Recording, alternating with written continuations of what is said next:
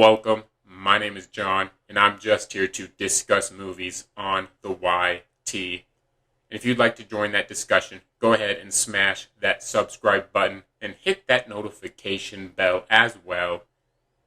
And I got to pre-record a few videos, and so I felt like why not talk about the Mission Impossible franchise.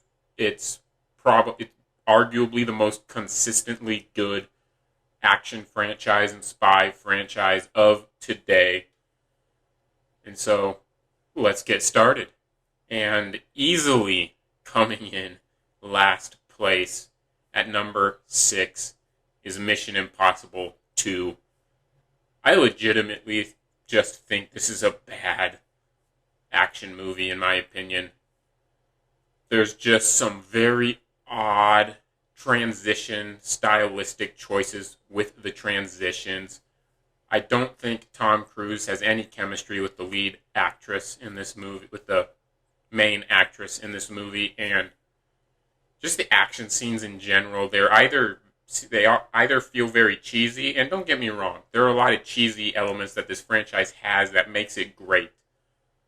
But just the action scenes, they don't feel as good as they should be, or as nearly as good as the other films in this franchise, which is a little odd because I believe it's directed by John Woo, who has made some of the best martial arts movies, but for whatever reason, he didn't translate into this franchise very well at all. And I just really don't like this movie at all. It's, weirdly enough, though, is probably the one I've seen the most for some god-awful reason. I don't know. Now that we got Mission Impossible 2 out of the way, there is like a Mount Everest-sized gap between 6th place and 5th place for me. All 5 of the rest of this franchise are either 4 stars or better for me, and honestly, the top 4 are probably 4.5 stars or better for me. So there is just a huge gap between last place and second to last place. And coming in at second to last place is the original Brian De Palma film, Mission Impossible. Now, this is a movie I think is extremely well done. I mean, I do really love it and enjoy it. I love the Jon Voight character. I think it's well written and everything. I just think there are some things about it that feel a little dated to me, especially in that final act with the helicopter and the train. There's just things about this movie that feel a little dated. But it does kind of have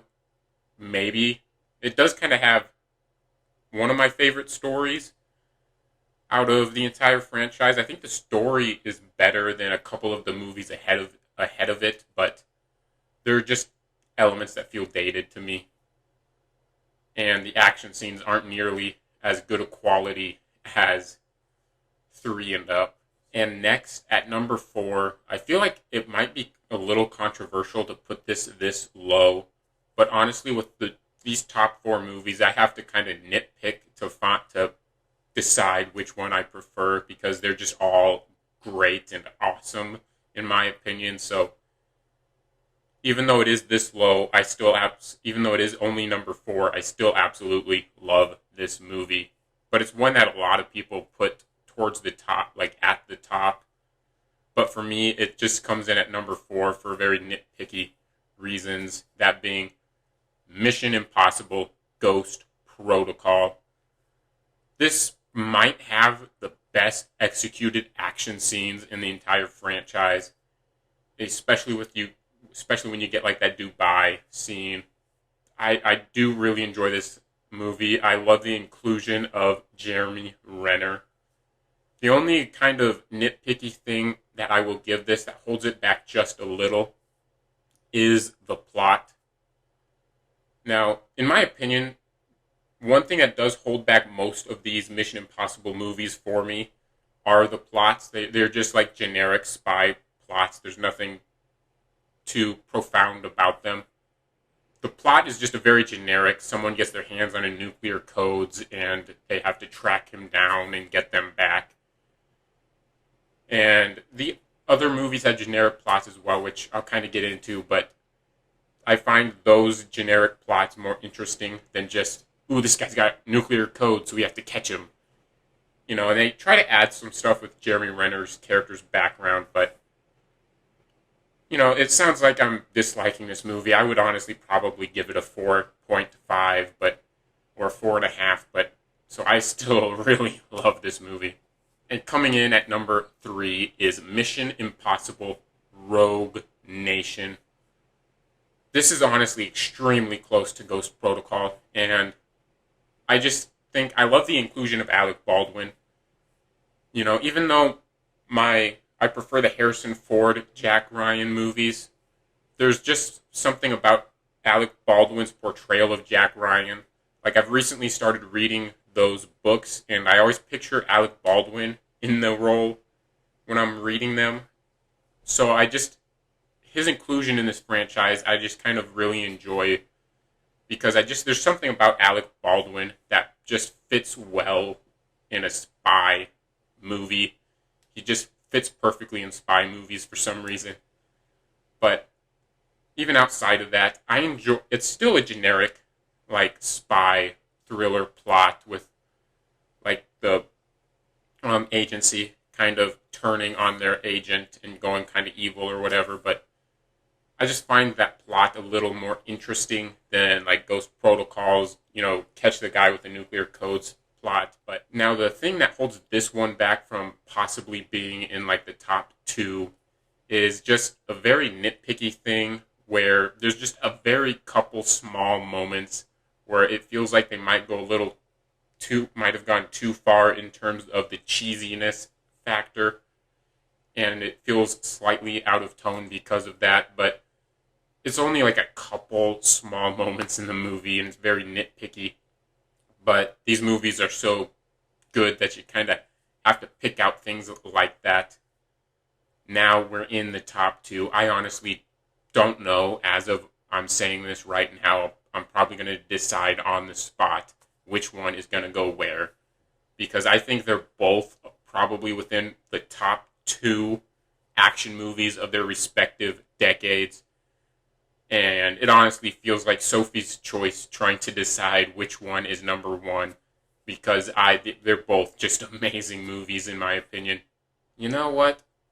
This might be a little controversial, but I think I'm going to go with Mission Impossible Fallout for second place. But, I mean, I would probably just give this a 5-star review, honestly. I think it's an amazing movie. This and Ghost Protocol have the best action scenes. I mean, you have the bathroom fight scene, you have just the helicopter sequence. Man, should this be number 1? I don't know, man. Maybe I should just say they're tied. I love both of these movies at the top so much, but I think this one, where it does kind of have a similar kind of someone gets their hands on like nuclear bombs or whatever as Ghost Protocol, this one gets enhanced because it includes like threats to Michelle Monaghan's character, you know, Ethan Hunt's wife or whatever, and it just adds to the like thrill and suspense to the movie so well, and just the emotional impact of the movie so much. And I love Henry Cavill, honestly. And I just love seeing him in this role. And I don't really have any negatives with this movie. Other than, I don't necessarily think Ving Rhames' performance lives up to everyone else's, but I still love Ving Rhames. He's given great performances in the past, and so now we're at number 1, although you could argue that we've been at number 1 because you could honestly say the top 2 are tied. But anyway, the one I kind of chose last minute to be number 1 is Mission Impossible 3. First of all, I'm a huge J.J. Abrams fan. I just love his directing style. Sure, a couple of like sequels to he's made, like Into Darkness and The Rise of Skywalker, aren't necessarily the best, but I still absolutely love his directing style. I still think The Force Awakens is probably my favorite Star Wars film to rewatch. It's not necessarily the one I think is the absolute best, but I absolutely love J.J. Abrams' directing style, and this was kind of his feature film debut, and I just think you can feel his style, his roller coaster ride style, so perfectly in this movie. And for as much as I love The Force Awakens, this might be my favorite J.J. Abrams movie, simply because this is much more my personal genre favorite. I just love this movie. I love like the emotion, that like the emotional impact that you get with this movie, with the development with Ethan Hunt and his wife, and I think Philip Seymour Hoffman is by far the best villain in this franchise, and I don't know, I just really love this movie. It's so, like, the action field is so engaging. This is just a movie that the first time I watched it, I was floored by it so hard, and I still love it today. I can't really sing anything but praise for this movie, and that is why it comes in at number one. Thanks for watching this video. If you have seen every Mission Impossible movie, or even if you haven't, I'd love to hear your thoughts and rankings in the comments down below. And if you enjoyed this video, if you enjoyed this ranking, go ahead and smash that thumbs up icon and smash that subscribe button as well, and hit that notification bell as well. And I will return next time when I see you again.